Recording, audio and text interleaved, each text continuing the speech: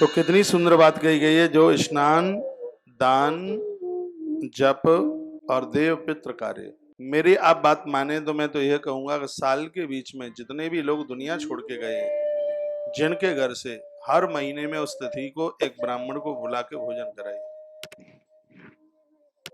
घर में कभी उच्चाटन ही नहीं होगा, कभी दिक्कत परेशानी ही नहीं होगी। इसको पितृ कार्य कहते हैं। इस ग्रंथ में हमने एक नया सा पढ़ लिया है कि माताएं जब पूजा करती हैं रोजाना, डेली पूजा, जो ठाकुर जी को भगवान को निलाती हैं, एक परात में पानी भर करके ऐसे हाथ में जल लेकर के यूं ऐसे लुढ़का दे, बस यूं। ये उनको अधिकार दे दिया इससे उनके पितृ, उनके पुरखे। और एक बात और हमने पढ़ ली है, जब पूर्वज परेशान होते हैं भारी, तो घर की स्त्री को परेशान करते हैं, उसको पागल कर देंगे, उच्चाटित कर देंगे, उसको दिक्कत कर देंगे। पुरुषों को उतनी दिक्कत नहीं होती जितनी कि वो स्त्री को, क्योंकि वो सुखी स्त्री की ही वजह से होते हैं। इस ग्रंथ में लिखा है कि बच्चों का विवाह पूर्वजों को तृप्त करने के लिए किया जाता है।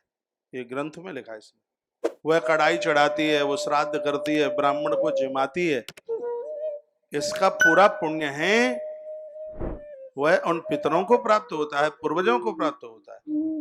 जब वो रूठते हैं तो घर की गृहिणी को ही परेशान करते हैं। तो इसलिए नारी वर्ग को तो बहुत सतर्क रहना चाहिए। उन्हें तो आलस्य प्रमाद करना ही नहीं चाहिए। पुजारी मंदिर से प्रमाद करेगा तो ठीक नहीं है, नारी रसोई से प्रमाद करेगी तो ठीक नहीं है। जब जब वो तिथि आवे तो उत्साहित होकर नहा धोकर चूल्हा चौका सजाकर एक ब्राह्मण को बुलाया जाए, उसको जिमाया जाए। देखिए पूर्वज कितने प्रसन्न होते हैं, कितने संतुष्ट होते हैं। मैं आग्रह पूर्वक निवेदन करना चाहूंगा, आपके पास ये क्षमता है, आप अपने घर को वैकुंठ बना सकते हैं, क्योंकि आप लक्ष्मी हैं और वैकुंठ वह है जहां लक्ष्मी नारायण रहते हैं। मैं तो आग्रह पूर्वक निवेदन करता हूं, थोड़ा मिले ले लेना, घर में झगड़ा मत करना। इस ग्रंथ में लिखा है कि उस घर की संपदा कभी नष्ट नहीं होती जिस घर की नारियां संतुष्ट हैं।